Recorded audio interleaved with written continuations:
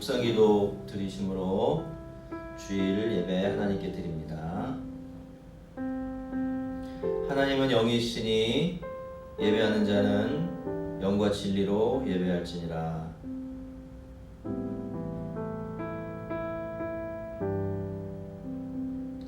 이 시간 우리 예배 은혜를 위해서 다 같이 한번 기도하겠습니다. 오늘도 성령 안에서 진리로 주님을 예배하게 하시고, 그러므로 예배의 기쁨이 충만하게 하시며 더욱더 이 시간을 통하여 우리 주님만 바라보는 은혜가 있게 도와주시옵소서. 예배드린 우리 자신과 흩어져 예배드린 우리 모든 식구들을 위해서 또 이 땅에 하나님의 위로가 충만한 그런 시간 되게 해달라고 같이 한번 기도하겠습니다.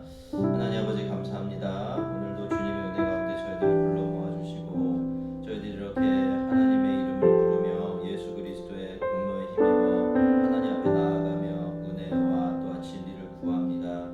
주님, 이 귀한 시간 저희들에게 허락하셨사오니 오늘도 하나님을 바라보게 되어질 때에 우리 안에 정말 기쁨이 충만할 수 있도록 도우시기를 원합니다.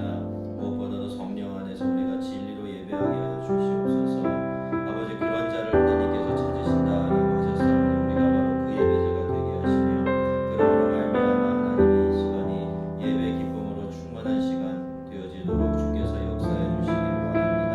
무엇보다도 우리가 다른 것 아니라 우리 주님만 바라보는 귀한 시간이 되게 해주시옵소서. 주님께 집중하는 은혜를 주시옵기를 원합니다. 우리 자신의 마음도 붙들어 주시고 이 시간 함께 흩어져서 각 처소에서 예배드린 우리 모든 성도들에게 크신 은혜와 복을 허락하여 주시며 이 땅에 하나님의 위로와 평강과 은혜가 필요한 모든 곳에 성령께서 허락하시는 귀한 은총들이 차고 넘칠 수 있도록 이 시간에 복을 더하여 주시옵소서.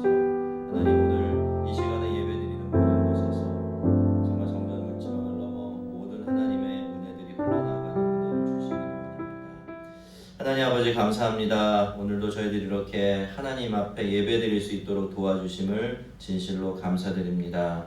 하나님, 정말 함께 마음 편하게 모두가 모여서 예배드리지 못하는 안타까움이 있지만, 하나님, 우리의 주님의 은혜를 향한 간절한 만큼은 변함이 없게 하여 주시고 주님을 사랑하는 우리 마음은 더욱더 커져갈 수 있도록 도와주시옵기를 원합니다.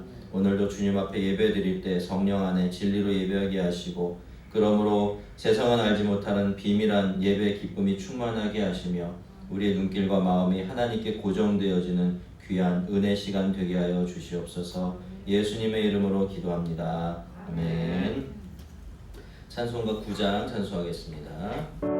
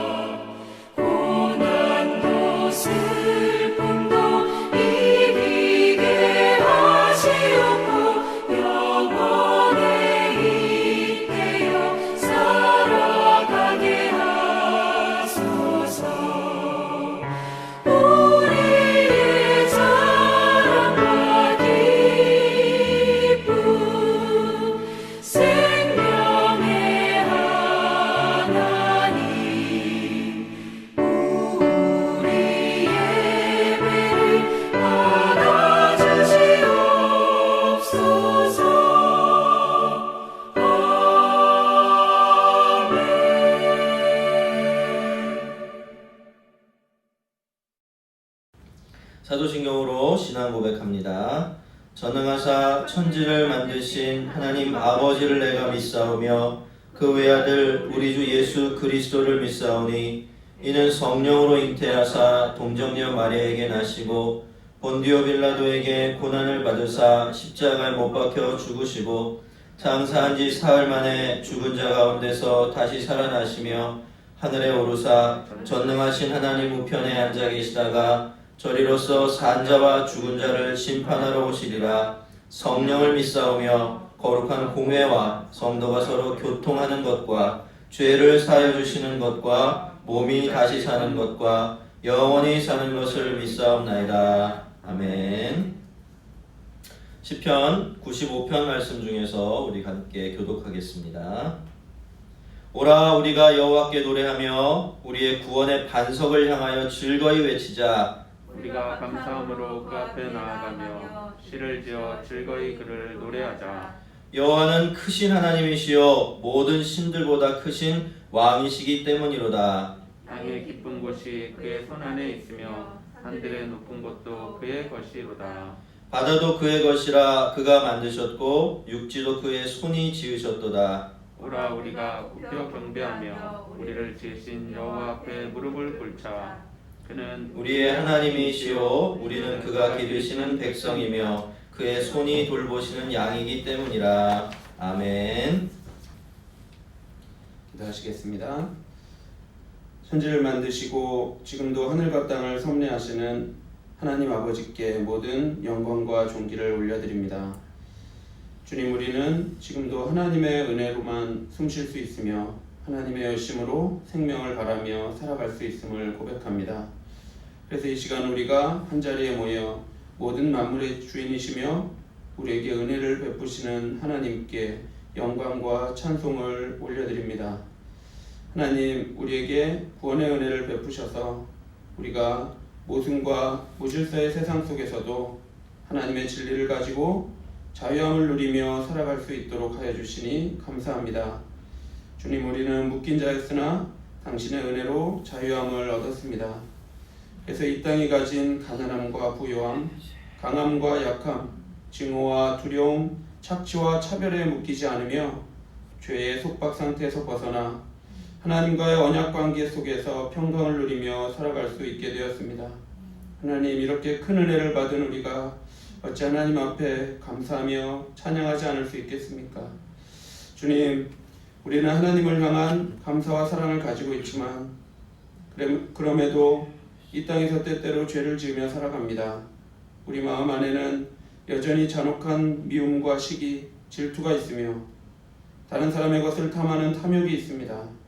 그리고 우리의 말에는 거짓과 교만과 헛됨이 있음을 고백합니다. 주님, 우리를 불쌍히 여겨주셔서 우리가 죄와 싸울 수 있도록 믿음을 허락하여 주옵시고 주의 은혜로 죄를 이기며 복 있는 자로 살아갈 수 있도록 인도하여 주시옵소서. 주님, 우리에게 구원의 큰 은혜를 주신 것은 우리만 복과 평강을 누리며 살아감이 아니라 땅의 모든 족속이 너로 말미암아 복을 얻을 것이라는 주의 말씀을 순종해야 한다는 것을 우리가 기억합니다. 주님이 어지러운 세상에 사람들은 여전히 두려움과 불안함, 탐욕과 거짓을 가지고 헛됨을 추구하고 자랑하는 삶을 살아가고 있습니다.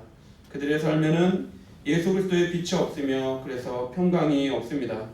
주님, 돈느네가 위로부터 우리에게 임하여 어둠과 죽음의 자리에 앉은 자에게 비치고 우리 발을 평강의 길로 인도하시리라는 주의 말씀에 순종하여 주께서 우리를 당신의 은혜와 사랑으로 죽음의 자리에서 건지셔서 평강을 주셨듯이 우리 또한 세상의 어둠과 죽음의 자리에 앉은 자들에게 나아가서 마땅히 주께서 주신 사랑을 전하고 행함으로 그들에게 평강을 선물하는 삶을 살아갈 수 있도록 인도하여 주옵소서.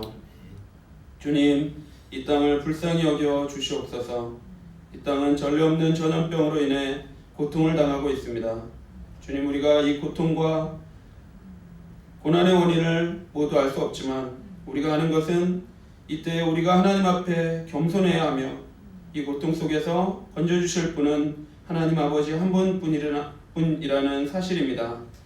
이 코로나 바이러스로 인해서 우리가 하나님과 멀어지지 않게 하시고 이 고난을 통해 더욱더 예수님만 소망으로 삼고 믿음으로 살아가는 우리 모두가 될 수 있도록 은혜를 베풀어 주옵소서.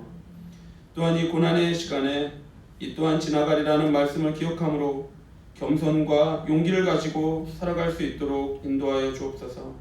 주님, 특별히 교회가 모이지 못하고 있습니다. 주의 몸된 각각의 지체가 각자의 자리에서 하나님을 바라봅니다. 비록 우리가 몸은 떨어져 있지만 우리가 한 성령으로 함께 호흡하게 하시고 그 자리에서 전심으로 하나님을 예배하고 그 자리에서 예수 그리스도의 사랑을 실천하는 우리 광현교회가 될 수 있도록 인도하여 주옵소서. 주께서 이 모든 기도를 듣고 응답하여 주실 것을 믿사옵고 예수 그리스도의 이름으로 기도하옵나이다. 아멘. 79장 찬송하겠습니다.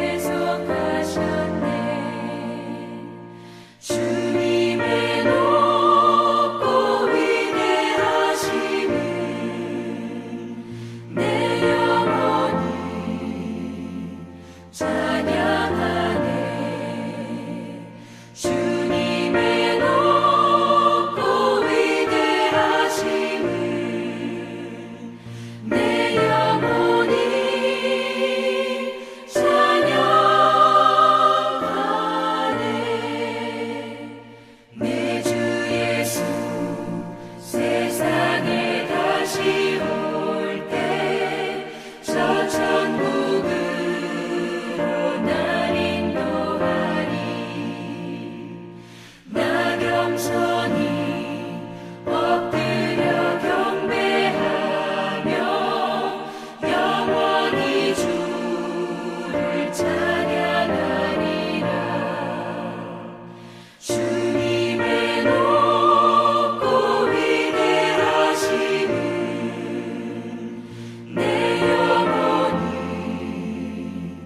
찬양하네 주님의 높고 위대하심을 내 영혼이 찬양하네.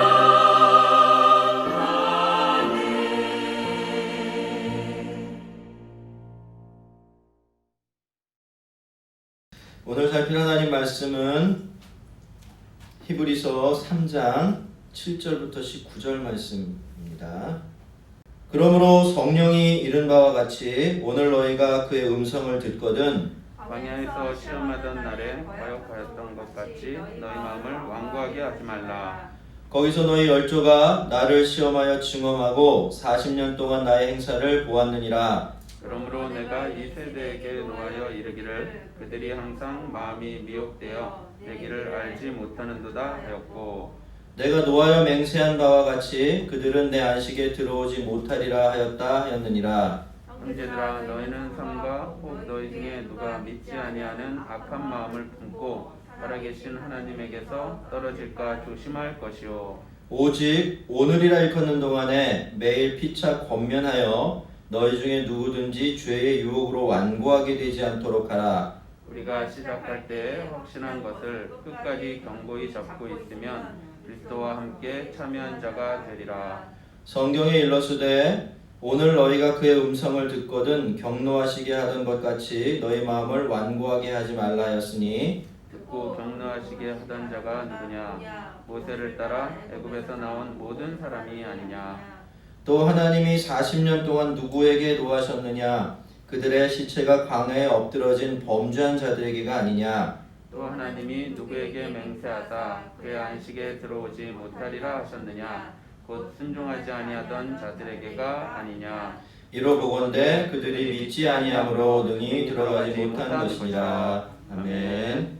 함께 기도하겠습니다. 하나님 아버지 감사합니다. 오늘도 저희들 이렇게 예배 자리로 이끌어 주시고 이 시간에 또 하나님을 향한 우리의 마음과 생각을 모아서 주의 말씀에 경청할 수 있도록 은혜 주시니 진실로 감사합니다. 오늘도 주의 말씀을 들을 때에 우리에게 큰 깨달음과 교훈이 있게 하시고 이 말씀 속에서 우리의 삶과 믿음의 길을 발견할 수 있도록 이 시간을 복되게 하여 주시옵기를 원합니다. 우리의 마음과 생각이 세상이나 우리 자신이 아니라 정말 하나님께 그 음성으로만 향할 수 있는 귀한 은총 허락하여 주시옵소서. 예수님의 이름으로 기도합니다. 아멘. 성도 여러분, 여러분은 구원의 확신이 있으십니까? 주님 다시 오시는 날 주님 나라에 들어갈 것이라는 자신이 있으세요? 아마도 구원은 예수님을 믿는 믿음으로 받는 것이고 나는 예수님을 믿고 있는 것이 확실하니까 나는 구원받은 것이 확실하고 또 한 번 구원을 받으면 그 구원은 취소되지 않는다고 배웠으니까 나는 당연히 하늘나라에 들어갈 것이다 라고 그렇게 생각하고 계실 것 같은데요. 그런데요 여러분, 만약에요 사도 바울 같은 사람이 자신의 구원에 대해서 확신이 없는 듯한 이야기를 한 적이 있다면 우리는 이것을 도대체 어떻게 받아들여야 하고 우리의 구원을 위해서 어떻게 적용해야 할까요? 바울만큼 믿음이 좋고 바울만큼 신실했던 그런 신앙의 사람 찾기가 어렵습니다. 게다가 하나님께서는 그에게 신약 성경의 상당 부분을 기록하게 하셨죠. 그렇기 때문에 그의 말은요 가장 모범적인 한 성도의 하나님의 사람의 실질적인 발언일 뿐만이 아니라 또 동시에 하나님의 말씀이 되기도 하죠. 그래서 우리는 바울의 신앙을 우리의 신앙의 모범으로 생각하면서 그의 말 한마디 한마디에 하나님의 말씀 같은 권위를 두어서 생각할 수밖에 없습니다. 그런데 고린도후서 9장 24절에서 바울은 자기가 왜 그렇게 치열하게 하나님 말씀 앞에 자기를 첫 복종시키면서 순종하면서 살려고 기를 쓰고 노력하고 있느냐, 그 이유를 이야기하면서 이렇게 말한 적이 있어요. 내가 내 몸을 쳐 복종하게 함은 내가 남에게 전파한 후에 자기가 도리어 버림이 될까 두려워함이로라. 자기가 도리어 버림이 될까 두려워함이로라. 바울은 다른 사람들을 자기가 구원해 놓고 정작 자기는 구원에서 떨어져 나갈까 봐 그것을 제일로 두려워하고 있었습니다. 그것 때문에 자신은 하나님 말씀에 순종하기 위해서 치열하게 싸우면서 살아가고 있었죠. 그렇다면 여러분, 바울은 구원에 확신이 없었던 것일까요? 자기가 구원에서 탈락할까 두렵다고 했으니까 그렇게도 들리는 것이 사실입니다. 하지만 바울은 로마서 8장에서 이것과는 완전히 반대가 되는 이야기도 하는데요. 누가 우리를 그리스도의 사랑에서 끊으리요? 환난이나 공고나 핍박이나 기근이나 적신이나 위험이나 칼이랴. 내가 확신하노니 사망이나 생명이나 천사들이나 권세자들이나 현재일이나 장래일이나 능력이나 높음이나 깊음이나 다른 아무 피조물이라도 우리를 우리 주 그리스도 예수 안에 있는 하나님의 사랑에서 끊을 수 없으리라 라고 고백했죠. 그는 하나님의 사랑, 그리고 그 사랑, 하나님의 사랑 안에 있는 예수 그리스도의 사랑이 절대로 사라지거나 없어지지 않기 때문에 그 안에서 예수 믿는 모든 사람들은 참으로 안전하다라고 그렇게 이야기했던 것이죠. 두 개가 굉장히 다른 이야기입니다. 자기가 이렇게까지 구원을 확신하고 있다고 말하면서 또 다른 곳에는 나는 구원에서 탈락할까 봐 굉장히 두려워한다 라는 이야기를 하고 있죠. 굉장히 모순되어 보입니다만 여러분, 사실 이것은 바울뿐만이 아니라 모든 사도들이 공유하고 있었던 구원에 대한 믿음이고요. 또한 사고방식이기도 했습니다. 그들은 그 누구보다도 하나님의 구원을 확신했고요. 또 그것 때문에 늘 기쁨과 감사가 넘치는 삶을 살아가고 있었어요. 심지어는 자신의 모든 것을 다 걸고 예수로 말미암은 그 하나님의 구원을 전하기 위해서 정말 힘쓰고 또 힘을 썼죠. 하지만 동시에 그들은 자신이 구원에서 탈락할까 봐 그걸 가장 두려워하고 있기도 했습니다. 성도들에게도 늘 똑같이 가르쳤죠. 그것은 구원에는 이 시간을 두고서 천천히 이루어가야 하는 그런 차원이 있는데 그 시간이라는 것들 때문에 자칫 잘못하면 스스로가 구원에서 탈락할 수도 있다라는 것 그들이 너무나 잘 알고 있었기 때문입니다. 예를 들어 설명하면 이렇게 설명할 수가 있겠죠. 아주 위험한 상황에서요. 아이가 자기 아빠 손을 꼭 잡고 있어요. 아이는 확신하죠. 아빠는 절대로 내 손을 놓지 않을 거야. 나를 놓치지 않을 거야 라고 확신을 합니다. 그 확신에는 흔들림이 없죠. 그런데 어떻습니까? 그래도 이 아이는 불안해요. 그래도 이 아이는 두려움이 있습니다. 왜 그렇죠?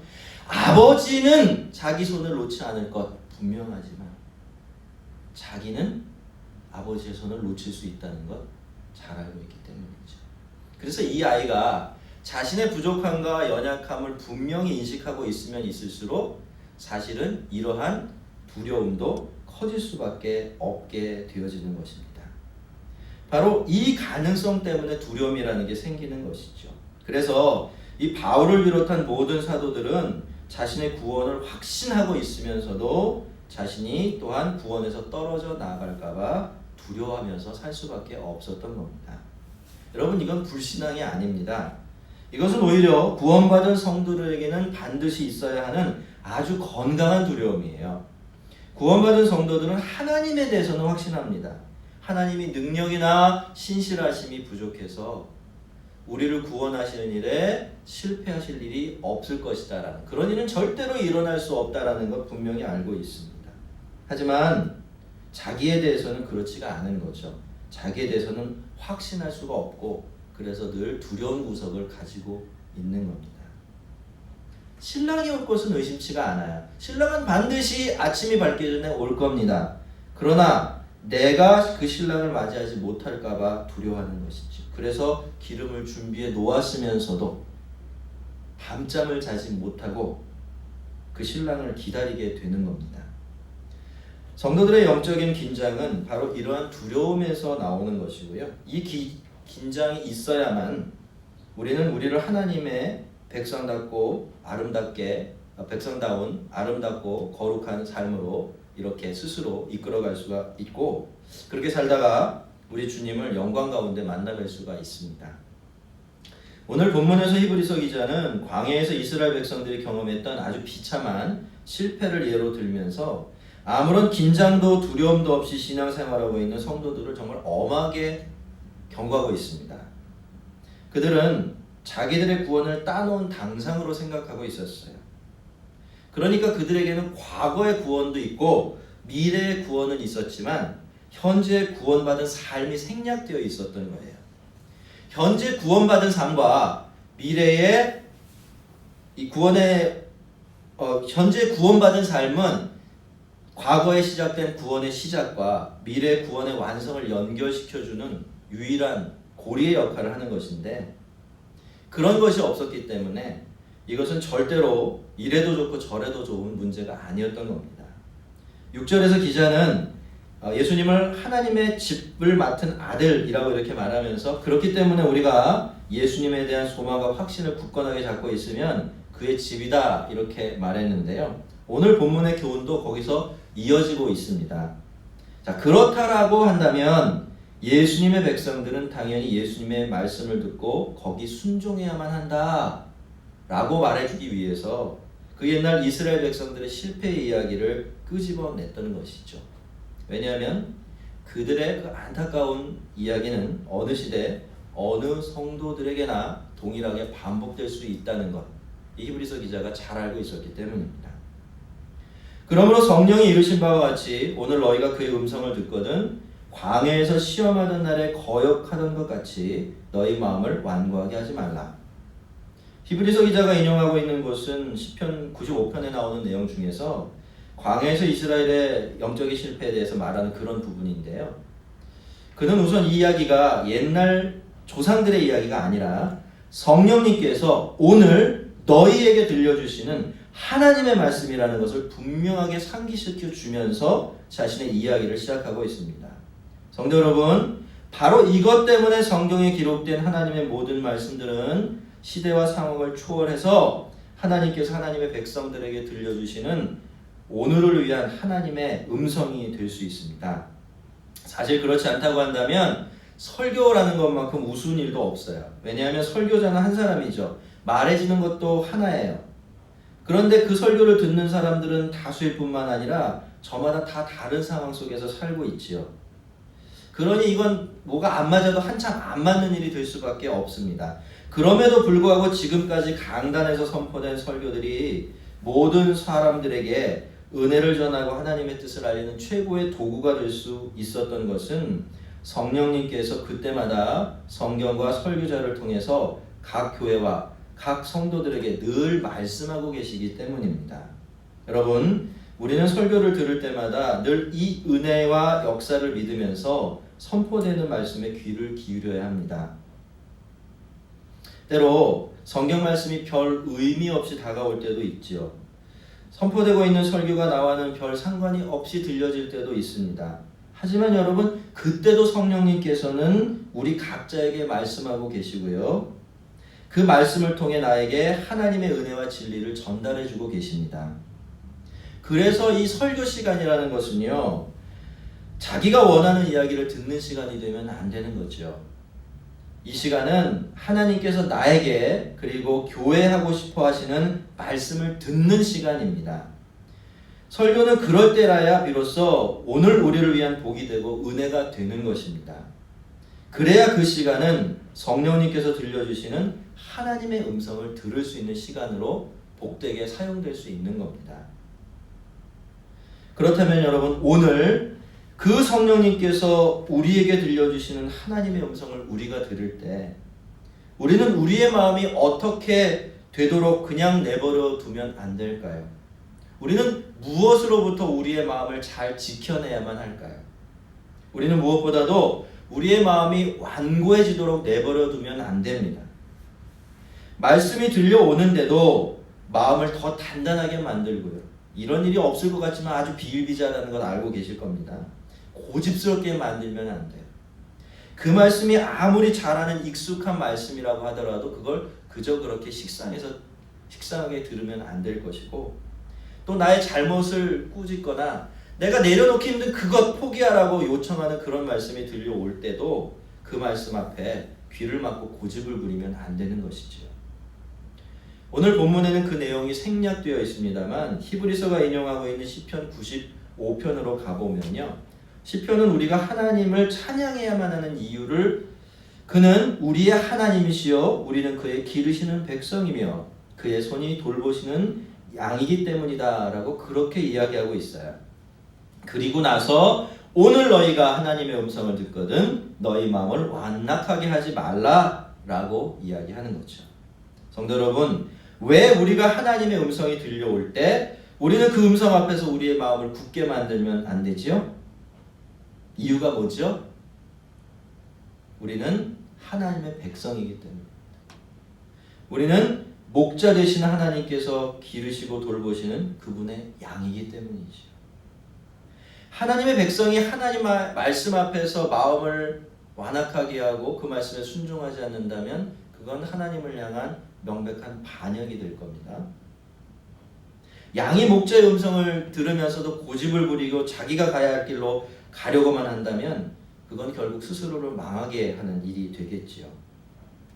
그래서 하나님의 음성이 우리에게 들려올 때 그 음성을 듣고도 마음을 완고하게 한다면 우리는 결국 이스라엘 백성들이 광야에서 겪어야만 했던 고통과 비극적인 결말을 오늘 우리의 삶 속에서도 다시 반복할 수 있을 수밖에 없는 겁니다.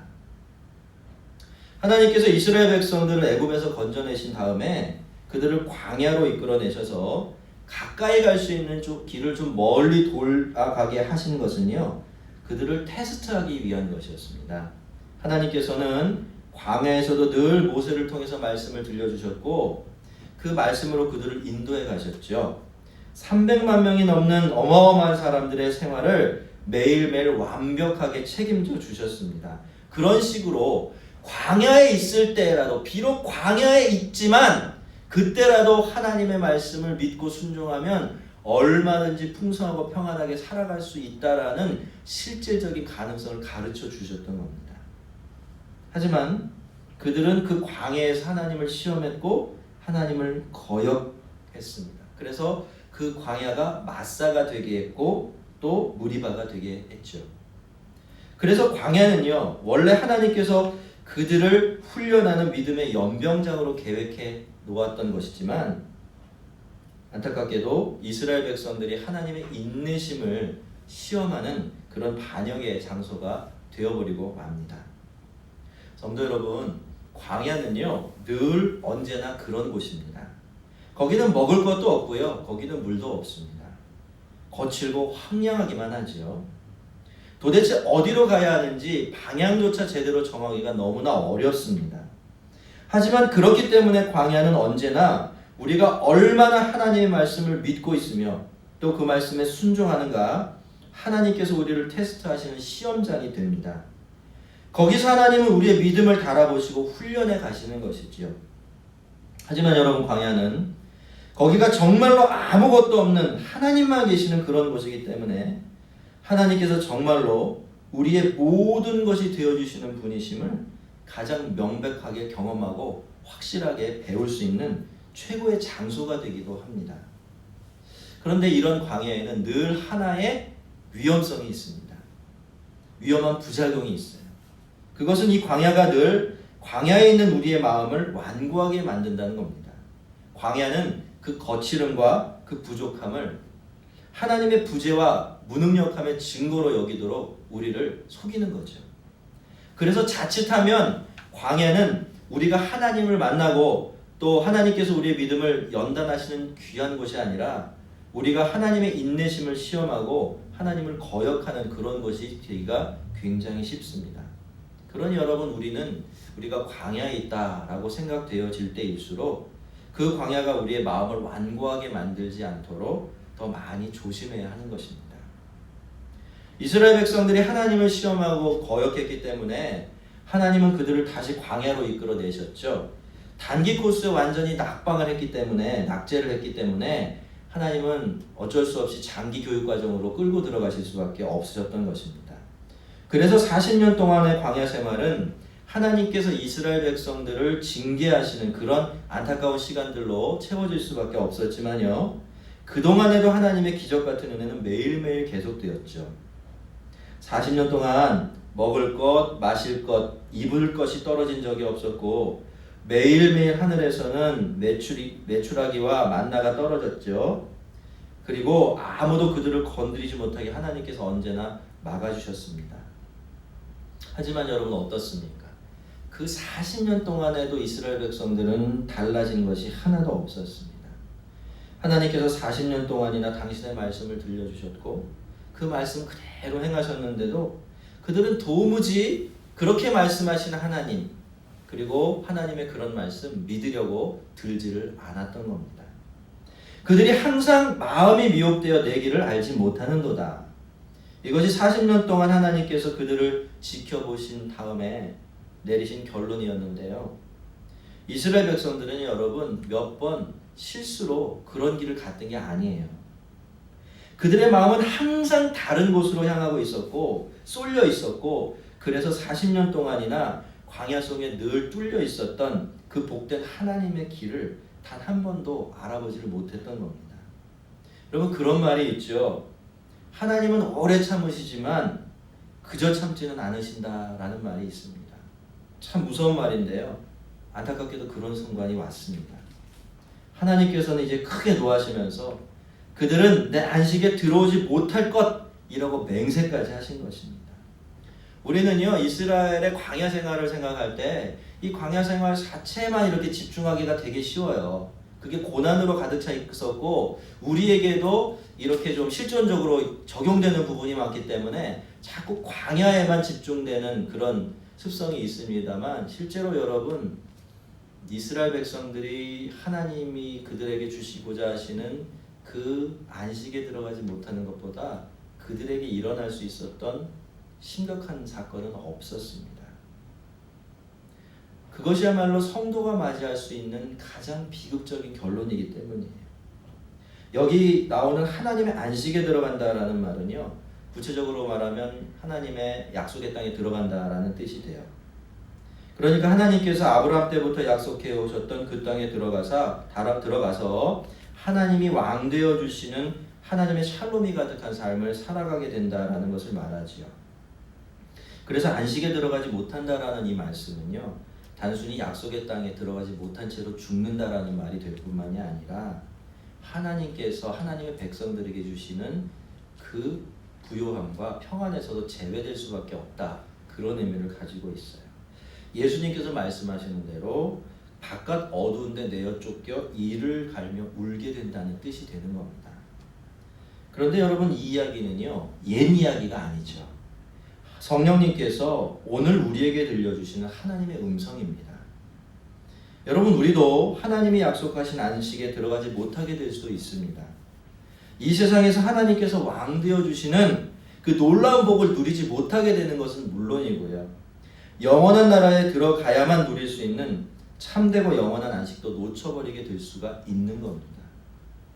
만약 우리가 광야의 출애굽 세대처럼 우리의 구원을 이미 따놓은 당상으로 생각하고서 하나님께서 오늘 우리에게 들려주신 말씀을 믿지 않고 그 말씀에 순종하지 않으려고 한다면, 말씀이 들려오는데도 그 말씀 앞에서 오히려 자신의 마음을 자꾸 완고하게 만들어 간다면 얼마든지 우리도 그렇게 될 수가 있습니다.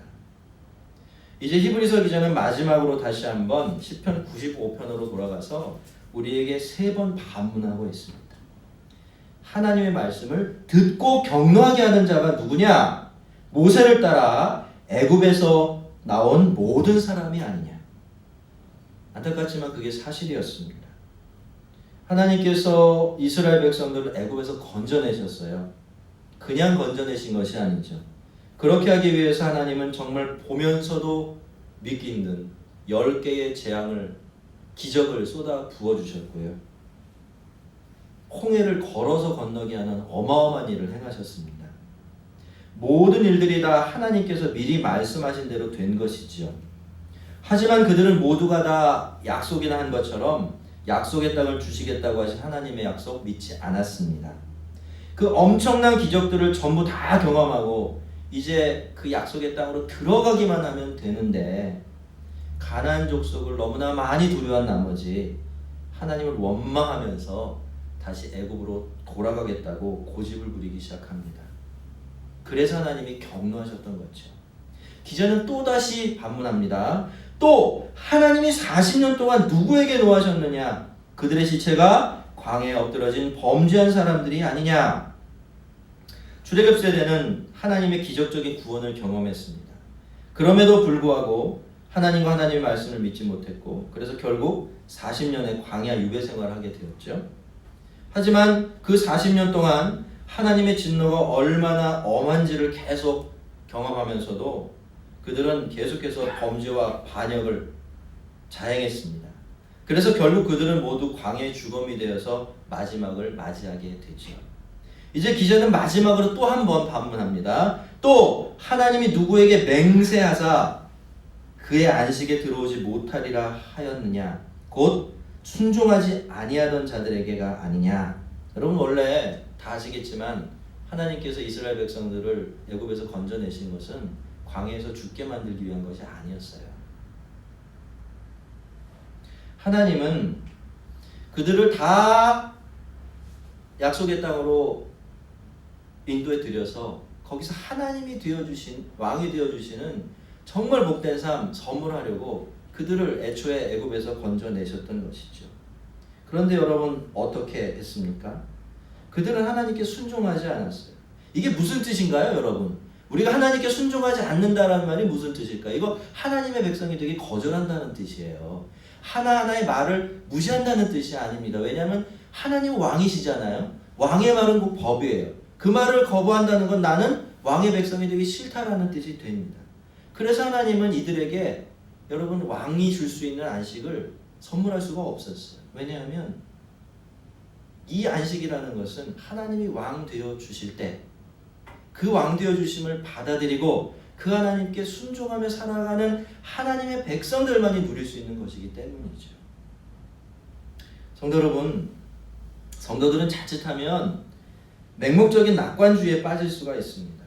왜냐하면 근본적으로 보면 이 신앙이라는 것은 그 자체가 하나님의 사랑과 은혜에 대한 믿음과 소망이기 때문이에요. 그래서 성도들은 자기의 미래를 생각할 때 다 잘 될 거야. 하나님께서 다 잘해주실 거야. 뭐 이렇게 생각할 수가 있게 되는 거죠. 자신의 구원을 생각할 때도 그런 사고방식이 적용이 됩니다. 근데 여러분, 우리가 우리의 미래를 이렇게 낙관적으로만 바라보게 되면 상대적으로 우리는 우리가 오늘 어떻게 살아가야 하는가라는 문제에 대해서는 굉장히 무관심해질 수가 있어요. 하나님의 은혜에 대한 맹목적인 기대는 지금 내가 어떻게 살아가든지 간에 하나님은 나를 구원해 주실 것이고 무조건 나를 영원한 안식에 들어가게 해주실 것이다 라는 잘못된 확신이 되기가 굉장히 쉽기 때문입니다. 거룩하게 사랑하면서 하나님의 뜻대로 살아가는 삶에 대해서는 관심도 가지지 않고 헌신도 없는 성도들은 다 그런 잘못된 사고방식에 후유증을 앓고 있는 중인지도 모를 일입니다. 여러분 물론 하나님의 은혜는 풍성하지요. 헤아릴 수 없을 만큼 엄청납니다. 그래서 우리는 늘 우리가 행한 것보다 더 좋은 것 많이 누리며 살아가고 있어요. 그 은혜가 없다면 죄인인 우리는 하나님께서 우리에게 주시는 선한 것들 전혀 기대할 수 없을 겁니다. 하지만 여러분 그 은혜가 아무리 크고 놀라울지라도 말이죠. 그 은혜도 우리가 하루하루 살아가는 오늘이라는 시간이 하나님께서 우리에게 주실 영원한 안식의 가장 중요한 재료가 된다는 이 사실을 바꿔낼 수는 없는 겁니다. 대학 시절에요. 형수님이 유학을 떠난 선배님의 가정이 있었어요. 하나는 이제 막대 나이고, 네. 그리고 하나는 이제 말 조금 하기 시작하는. 요때 이제 이 아들 둘을 남겨놓고 형수님이 유학을 떠나서 저는 속으로 진짜 이해할 수가 없었는데 아무튼 그런 가정이 하나 있었습니다. 자, 그러니 여러분 그 아이들이 얼마나 엄마를 보고 싶어 할까요? 특별히 그 첫째는요, 얼마나 엄마를 보고 싶어 했겠습니까? 아빠가 있고요, 할머니 할아버지랑 같이 살고 있었지만 아이에게는 그게 다 소용이 없는 거죠. 왜? 뭐가 없기 때문에. 엄마가 없기 때문에. 그래서 그 아이는 늘 아빠한테 그렇게 물었대요. 아빠, 엄마 언제 와? 마음이 찢어지죠. 그때마다 형은 또 그렇게 말을 했대요. 내일 와. 그러면 애는 또 이렇게 질문하죠. 언제가 내일이야? 잘 몰라요, 그렇죠? 그러니까 그러면 또 아빠는 그래요. 한밤 자면 내일이야. 그렇게 이제 하루하루 속이면서 겨우겨우 하루하루 지내고 있었는데, 이제 조금 이제 생각할 줄 알게 된 이 아이가 어느 날 아침에는 눈을 비비면서 아빠한테 오더니 아빠한테 그러더래요. 아빠,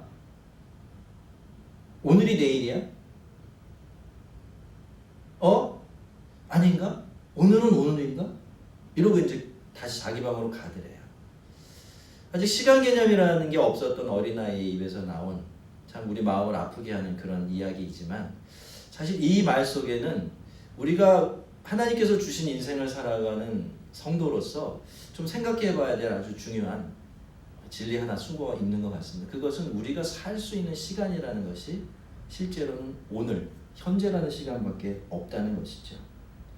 여러분, 우리는 미래에 대해서 참 관심이 많습니다.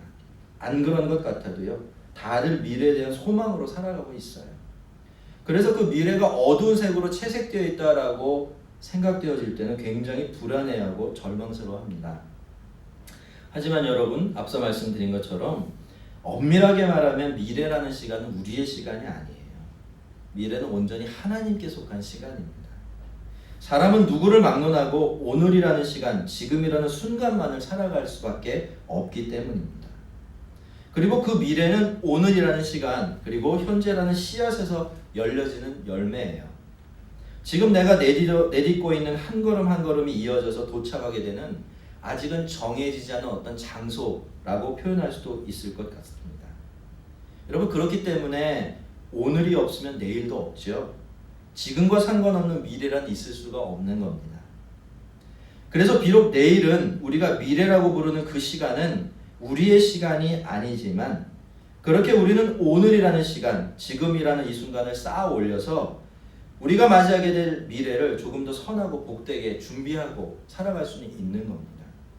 자, 그렇다면 성도 여러분, 우리는 언제 하나님의 말씀에 귀 기울여야 할까요? 언제 그 말씀을 믿어야 하고 언제 그 말씀에 순종해야 될까요? 언제 거룩하게 살고 언제 사랑하며 살아가야 하겠습니까? 내일인가요? 아니죠. 지금입니다. 오늘이에요. 하나님의 음성이 들려오는 지금 우리는 하나님을 믿어야 합니다. 지금 그 말씀에 순종해야 돼요. 본문이 힘주어서 말하고 있는 것처럼 우리는 오늘이라고 일컫는 동안에 내가 구원에서 떨어질까봐 조심해야 되고, 서로 권면하면서 하나님 말씀 앞에서 마음이 완고해지지 않도록 서로를 돌보고 섬겨야만 하는 것입니다. 여러분, 이스라엘 백성들이 광야에서 실패했던 이유는요, 그들이 미래에 대해서 무관심했기 때문이 아닙니다. 날마다 새롭게 주어지는 오늘을 믿음으로 살아내지 못했기 때문에 그들은 그렇게 실패하게 된 것이지요. 오늘 들려주신 하나님의 음성에 오늘 귀를 기울여 경청하고 오늘 그 말씀을 듣고 오늘 그 말씀에 순종하려고 하지 않았기 때문입니다. 그런 오늘들이 40년 동안이나 반복이 되었고요. 결국 그 하루하루가 영원히 그들의 발목을 붙잡아서 그들은 영원히 하나님의 안식에 들어갈 수가 없었던 것입니다.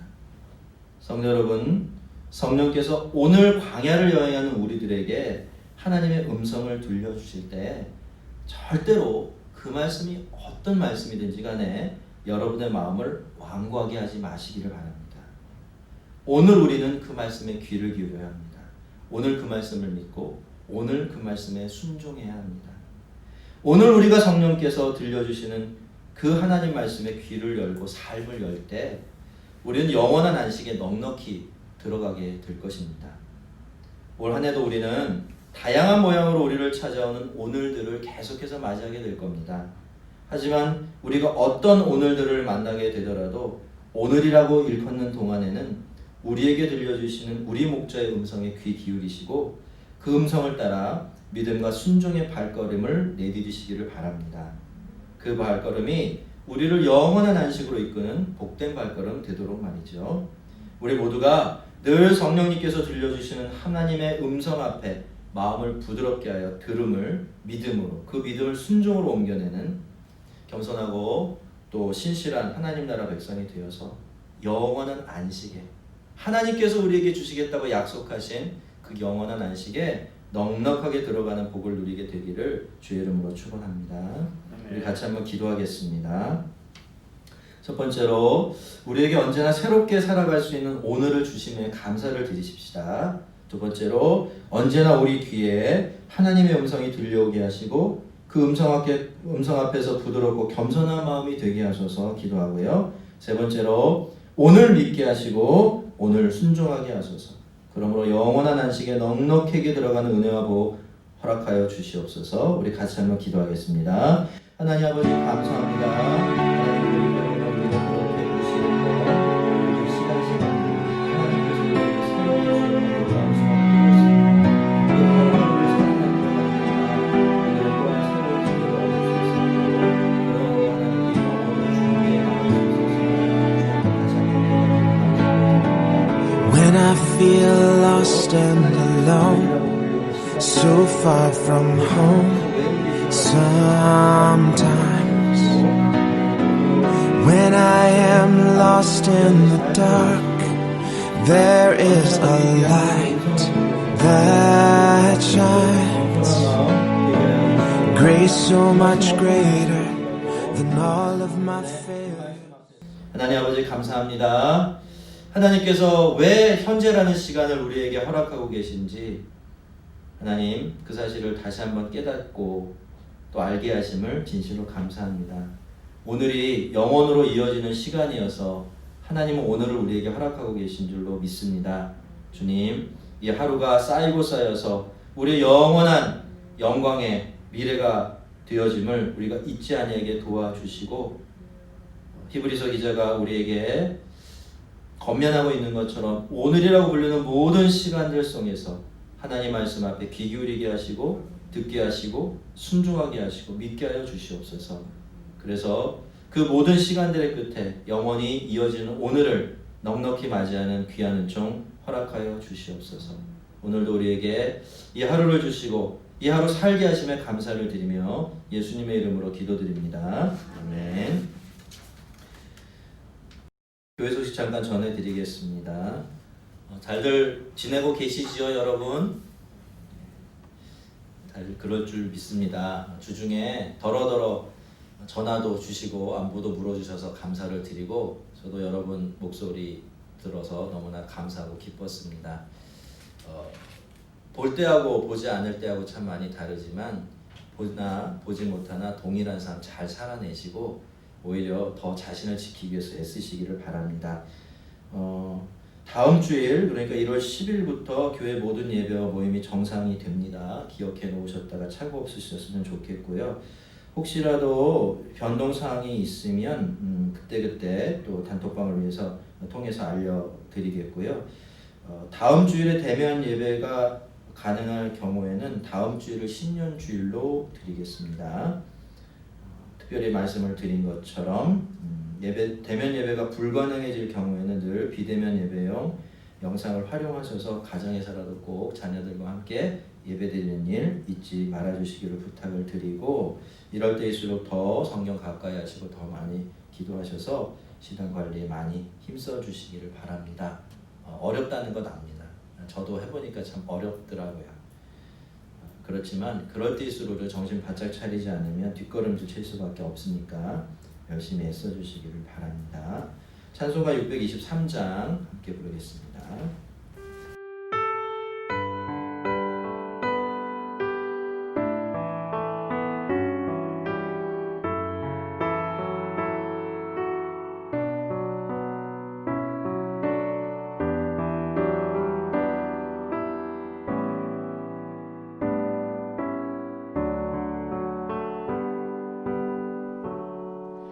주님의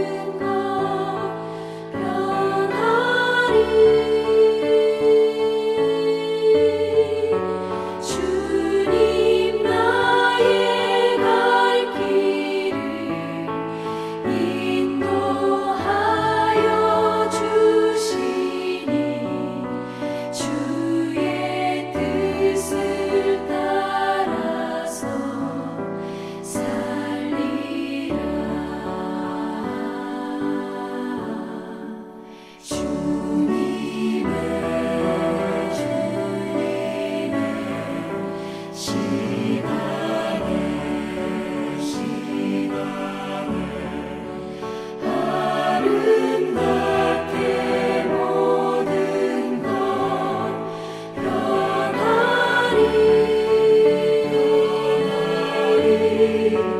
나의 정성 다하여 주를 찬송하오니 주의 뜻을 이루어 주소서 주소서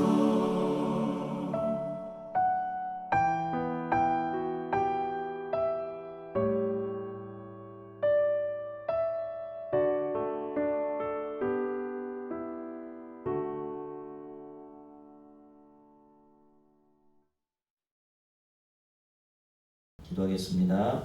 예수 그리스도의 은혜와 하나님의 사랑과 성령 하나님의 늘 동행하시고 이끌어 주시며 온전케 해주시는 은총이 이제 오늘이라고 일컫는 이 모든 날 동안에 하나님 앞에 마음을 부드럽게 하여 그 말씀을 믿고 순종하며 영원한 삶 준비하며 살기로 작정하는 우리 모든 성도들 머리 위에 지금부터 영원까지 함께 있을지어다. 아멘.